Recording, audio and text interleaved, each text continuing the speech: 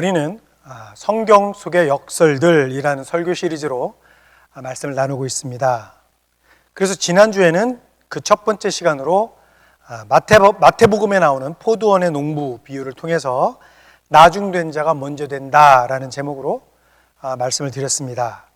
지난주에 드린 말씀을 간단하게 요약을 하자면, 세상에서의 법칙은 꼴찌는 꼴찌이고 1등은 1등입니다. 꼴찌가 1등으로 바뀔 수 없고 1등이 꼴찌로 바뀔 수 없습니다. 그러나 이 구원이라는 전제 안에서 세상의 기준과 예수님의 관점은 다릅니다. 그리고 두 번째로, 천국은 노력해서 주어지는 것이 아닙니다. 그리고 세 번째로, 마지막으로, 포도원에 있다고 해서 모두 구원을 받는 것은 아니다라는 말씀을 드렸습니다. 오늘은 성경 속의 역설들 두 번째 시간으로 약한 것이 강한 것이다 라는 제목으로 말씀을 드리겠습니다.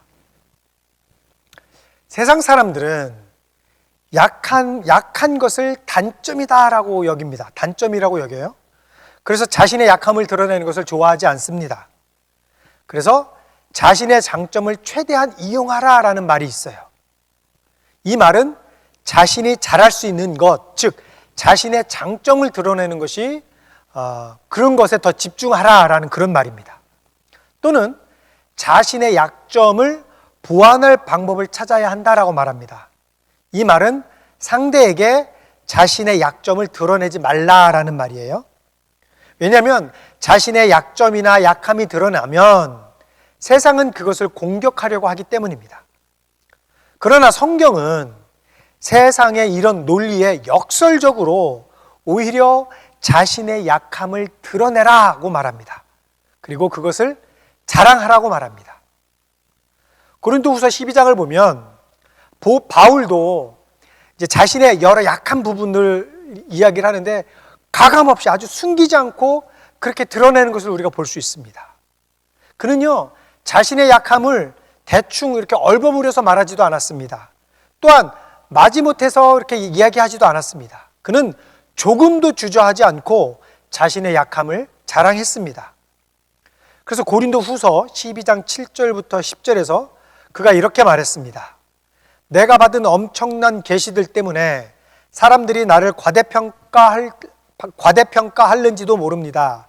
그러므로 내가 교만하게 되지 못하도록 하나님께서 내 몸에 가시를 주셨습니다. 그것은 사탄의 하수인이라고 할 수 있는데 그것으로 나를 치셔서 나로 하여금 교만해지지 못하게 하시려는 것이었습니다. 나는 이것을 내게서 떠나게 해달라고 주님께 3번이나 간청하였습니다. 그러나 주님께서는 내게 이렇게 말씀하셨습니다. 내 은혜가 내게 족하다. 내 능력은 약한 데서 완전하게 된다. 그러므로 그리스도의 능력이 내게 머무르게 하기 위하여 나는 더욱더 기쁜 마음으로 내 약점들을 자랑하려고 합니다. 그러므로 나는 그리스도를 위하여 병약함과 모욕과 궁핍과 박해와 곤란을 겪는 것을 기뻐합니다.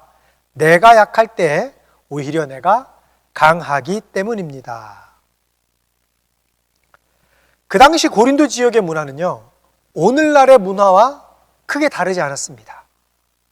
그 당시의 문화는요, 강한 힘을 드러나고 그리고 또 그것을 보여주고 싶어 합니다. 그리고 그런 강한 신을 숭배하는 문화였었습니다.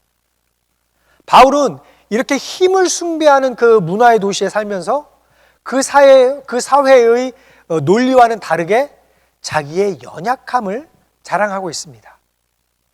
이렇듯 드러내고 자랑할 만한 것은 감추고 싶고 부끄러운 것들, 이런 것들을 드러내는 것, 이게 바로 역설입니다. 역설. 성경은 이 역설을 통해서 세상의 원리와 기독교의 원리가 다르다라는 것을 설명하고 있습니다. 성경에서 말하는 역설은 약한 것이 강한 것이다 라는 원리입니다. 사실 하나님은 우리가 약해지는 것을 원하지 않으십니다. 그래서 우리의 모든 약함들을 도와주기 원하십니다. 그래서 로마서 8장 26절 전반부에서 이렇게 말했습니다. 이와 같이 성령께서도 우리의 약함을 도와주십니다.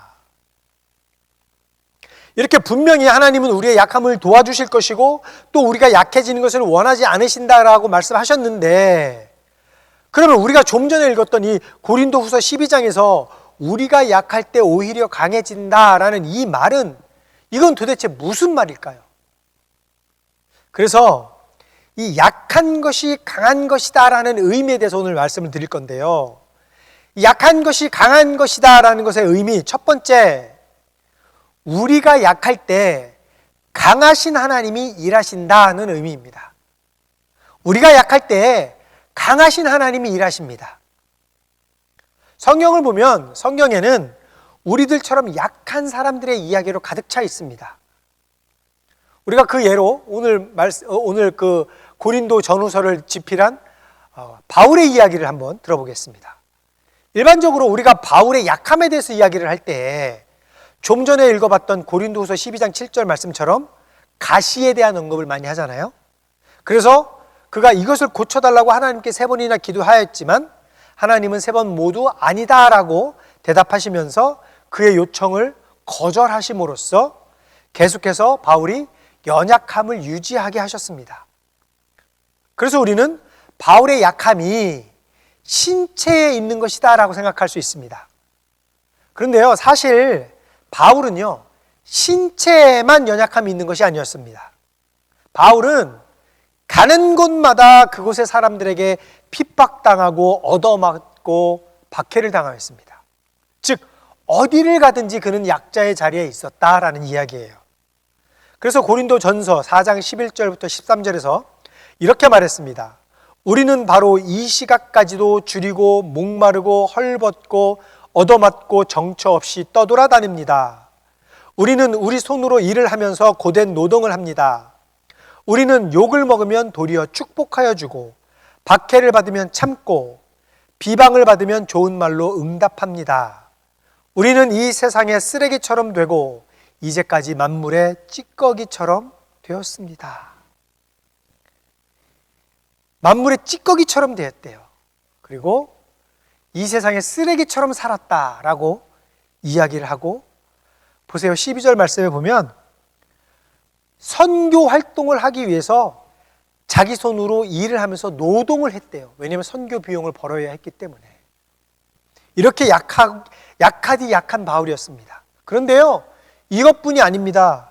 바울은요, 말주변도 없었습니다. 고린도 후서 10장 10절에서 이렇게 말했습니다.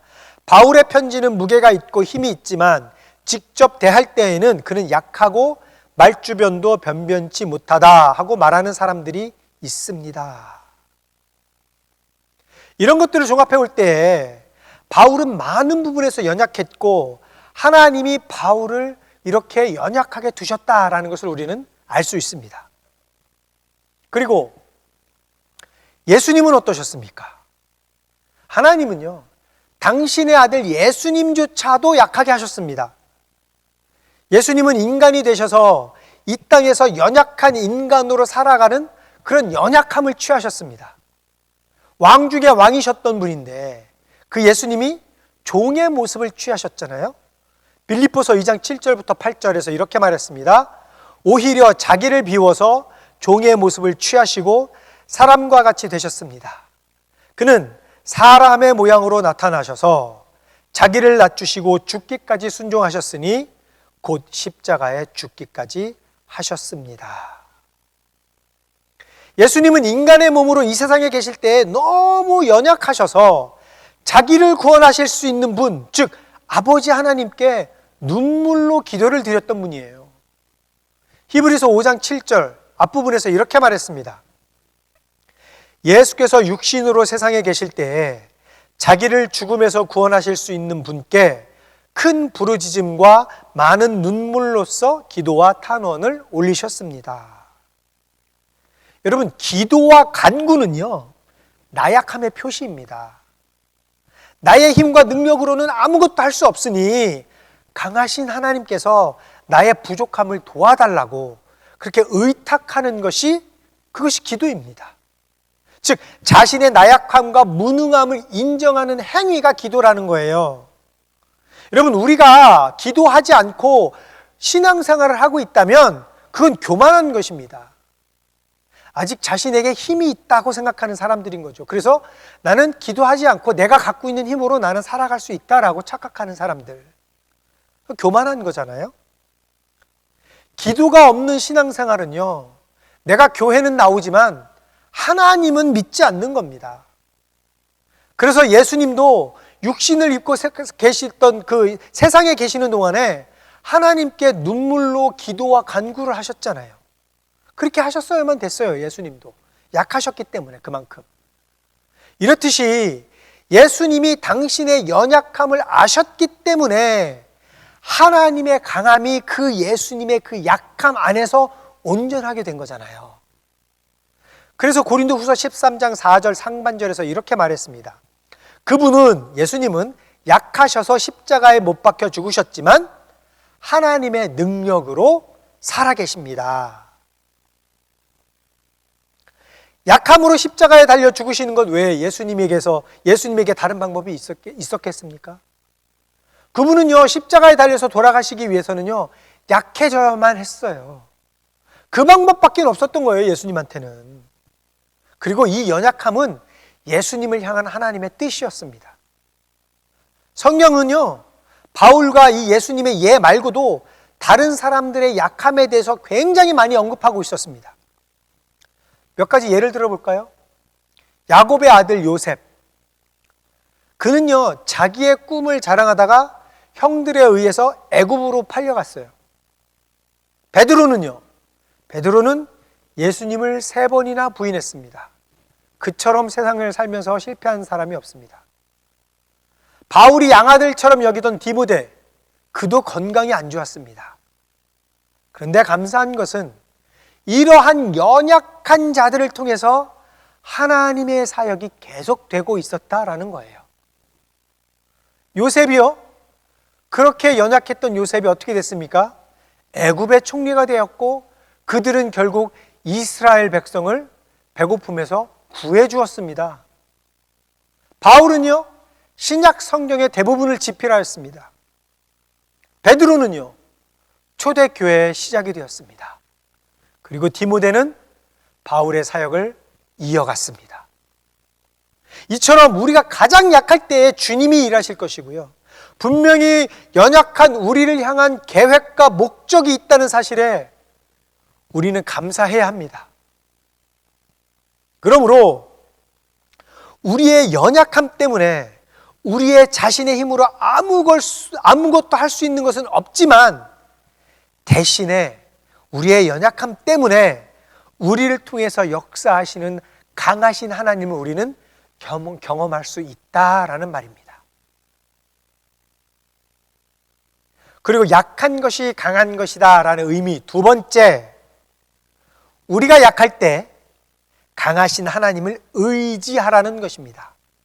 우리가 약할 때 강하신 하나님을 의지할 수 있습니다. 하나님은 우리가 연약함 속에 있을 때 그것을 당장 해결해 주시기보다는 그것을 통해서 우리가 하나님을 의지하는 법을 배우기를 원하십니다. 그래서 우리의 약함을 통해서 우리가 하나님을 의지하게 하시고 또 그렇게 하길 원하십니다. 우리는요, 우리에게 조금이라도 자랑할 만한 것이 있으면 우리는 하나님을 의지하지 않아요. 왜? 나에게 조금이라도 강한 것이 있으니까. 그게 더 나에게 도움이 된다라고 생각하잖아요. 근데 여러분, 우리는요, 하나님을 온전히 의지하는 것이 중요합니다. 하나님을 의지하는 만큼, 내가 하나님을 의지하는 만큼 하나님의 능력이 나에게서 나타날 것이기 때문입니다. 우리가 하나님을 온전히 의지하면요, 나의 약함을 통해서 하나님의 강함이 드러날 것입니다. 그래서 우리가 처음에 읽었었던 고린도후서 12장 9절 앞부분에서 하나님이 바울에게 이렇게 말씀하셨습니다. 그러나 주님께서는 내게 이렇게 말씀하셨습니다.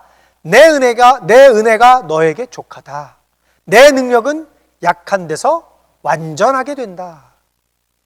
그러므로 우리가 연약할 때에 우리는 하나님의 도움을 받아야 합니다.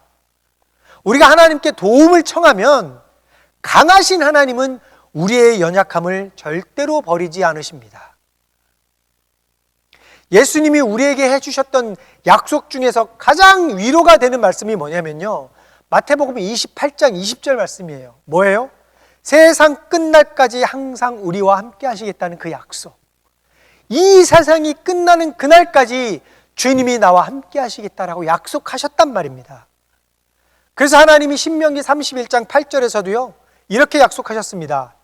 주님께서 친히 그대 앞에서 가시며 그대와 함께 계시며 그대를 떠나지도 않으시고 버리지도 않으실 것이니 두려워하지도 말고 겁내지도 마시오. 보세요, 이 말씀을 보면 주님이 친히 그대 앞에서 가시며 앞서 가셔서 우리의 길을 닦아놓으시겠다는 얘기예요. 나보다 먼저 내 앞길을 가시고 그 다음에 그대와 함께 계시며 내 옆에서 나와 동행하시겠다는 겁니다. 내 앞길을 먼저 주님이 닦아놓으실 것이고요, 나와 동행하셔서 나를 떠나지도 않고 나를 버리지도 않겠다라고 약속하셨다고요. 그러므로 우리의 약함을 도우시는 그 하나님의 은혜를 우리는 구해야 합니다. 왜냐하면 우리를 도우시는 그 하나님의 강함이, 우리를 도우시는 하나님의 은혜가 우리의 약함보다 더 크시기 때문입니다. 그래서 히브리서 4장 15절부터 16절에서 이렇게 말했습니다. 우리의 대제사장은 우리의 연약함을 동정하지 못하시는 분이 아닙니다. 그는 모든 점에서 우리와 마찬가지로 시험을 받으셨지만 죄는 없으십니다. 그러므로 우리는 담대하게 은혜의 보좌로 나아갑시다. 그리하여 우리가 자비를 받고 은혜를 입어서 제때에 주시는 도움을 받도록 합시다. 주님이 바울에게 고린도후서 12장 9절 말씀에서 나의 은혜가 너에게 족하다라고 말씀하신 것처럼 이 족하다라는 말은요, 우리의 연약함과 상관없이 하나님께서 주시는 도움의 은혜가 우리에게 충분하다라는 거예요. 내가 얼마나 연약하든지 내가 얼마나 약하든지 그거는 상관이 없고, 그거와는 별개로 나에게 베풀어 주시는 그 하나님의 은혜가 우리가 얼마나 약하든지 그거와는 별개로 충분하다라는 거예요. 그 은혜만으로도 우리의 삶은 충분하다라는 거예요. 여러분, 우리가 약하고 힘들 때 우리는 이 말씀을 붙잡아야 합니다. 무슨 말씀은요? 무슨 말씀? 내 은혜가 너에게 족하다. 이 말씀을 붙잡아야 합니다. 그래서 우리는 계속해서 우리를 도우시는 그 하나님을 의지해야 합니다. 그럴 때 우리가 우리를 도와주시는 하나님의 은혜를 의지할 때 우리는 우리에게 필요한 도움과 은혜를 베푸시는 그 주님의 강함을 경험하게 될 것입니다. 그래서 약함이 강함된다라는 말씀의 의미 세 번째, 우리가 약할 때 하나님이 우리를 강하게 하실 것입니다. 우리가 약할 때 우리가 하나님의 도움을 구하고 의뢰하고 하나님의 은혜를 우리가 간구하면 강하신 하나님이 우리를 강하게 해주실 것이다 라는 말씀입니다. 지금 반복적으로 말씀드리지만요, 우리가 진정으로 강할 수 있을 때가 언제냐면 우리가 하나님의 능력을 의지할 때입니다. 그래서 우리를 통해서 역사하신 그 하나님의 능력, 나를 통해서 역사하시는 하나님의 능력은 나의 육신의 힘이 아니라 하나님의 능력입니다. 하나님의 능력. 우리는 여기에서 역설을 볼 수 있어요. 역설. 무슨 말입니까? 진정으로 내가 강해지려면 약해져야 한다라는 말이에요. 그래서 바울이 고린도후서 12장 10절에서 아까 우리가 읽어봤지만, 그러므로 나는 그리스도를 위하여 병약함과 모욕과 궁핍과 박해와 곤란을 겪는 것을 기뻐합니다. 내가 약할 그때에 오히려 내가 강하기 때문입니다 라고 말한 것처럼, 우리는 약하지만 우리 안에 계신 하나님이 강함으로 우리의 연약함 속에서 놀라운 방법으로 하나님이 우리를 통해서 일하실 것이다 라는 거예요. 그래서 바울이요, 고린도후서 4장 7절에서 이렇게 말했습니다. 우리는 이 보물을 질그릇에 간직하고 있습니다. 이 엄청난 능력은 하나님에게서 나는 것이지 우리에게서 나는 것이 아닙니다. 뭐라고 얘기합니까? 우리는 쉽게 부서지고 깨지기 쉬운 약하디 약한 질그릇이다라는 거예요, 우리는. 그런데 이렇게 약하디 약한 질그릇 안에 우리를 통해 역사하시고 우리의 약함을 강하게 하실 주님이 계심으로써 우리는 그분의 권능으로 강한 사람들이다라는 거예요. 주님이 없으면, 내 안에 주님이 없으면 질그릇 같은 나는 깨지고 말 것인데, 이렇게 깨지기 쉬운 내 안에 주님이 내 안에 계시니까 그 주님의 능력으로 내가 강하게 된다라는 겁니다. 그래서 에베소서 6장 10절에서 이렇게 말했습니다. 끝으로 말합니다. 여러분은 주님 안에서 그분의 힘찬 능력으로 굳세게 되십시오. 주님 안에서 그분의 능력으로 우리는 굳세게 될 수 있다라는 말입니다. 그러므로 우리는 우리의 약함을 통하여 우리를 강하게 하실 그 주님 안에서 그분이 주시는 능력으로 인해서 우리는 강해질 것입니다. 말씀을 정리하겠습니다. 우리는요, 우리에게 닥친 모든 상황을 내 스스로 해결하려고 할 때가 있습니다. 그런 과정 속에서 많은 사람들은 실패를 경험하거나 죄를 범했을 때 자신이 약하다고 생각하고 약해지는 것을 두려워합니다. 또는 건강이 약해지거나 내가 질병에 걸려 있거나 박해를 받거나 신체에 장애가 생기거나 삶이 열악한 상황에 있을 때 자신이 연약하다고 생각합니다.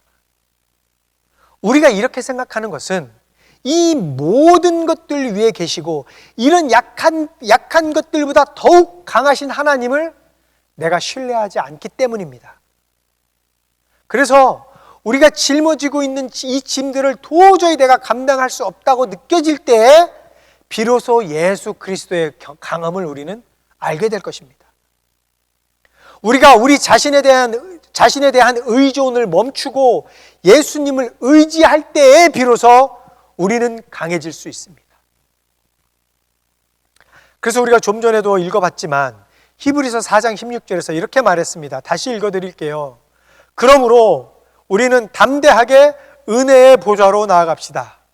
그리하여 우리가 자비를 받고 은혜를 입어서 제때에 주시는 도움을 받도록 합시다. 여러분, 우리는 겸손하게 주님의 보좌 앞으로 나아가야 합니다. 그래서 우리의 약함을 주님께 고백하고 우리를 도우시는 예수님의 은혜를 구해야 합니다. 나에게 닥친 이 상황을 내가 감당할 수 없다라는 것을 인정하고, 그리고 내가 전적으로 주님을 신뢰하고 주님의 은혜를 구하면 우리는 그리스도 안에서 그것을 견디는 힘을 얻을 수 있을 것입니다. 우리가 약할 때 주님의 강함을 드러낼 절호의 기회입니다. 즉, 우리의 약함은 주님의 강함을 드러낼 수 있다, 그 얘기예요. 여러분, 약함을 약함으로 생각하지 마시고요, 내가 연약하니 이제부터는 강하신 주님이 나를 돌보시겠구나, 그렇게 생각하시기 바랍니다. 내가 약할 때 드러나는 주님의 강함으로 인해서 내 안에 계시는 주님의 강함이 약한 나를 오히려 강하게 하실 것이다라는 확신을 가지시기 바랍니다. 그래서 바울이 고린도후서 12장 10절에서 말한 것처럼 그리스도를 위하여, 내가 그리스도를 위하여 병약함과 모욕과 궁핍과 박해와 곤란을 겪는 것을 기뻐함으로써 나의 약함을 바꾸시는 그런 주님을 자랑하시는 여러분이 되시기를 예수님의 이름으로 축복합니다.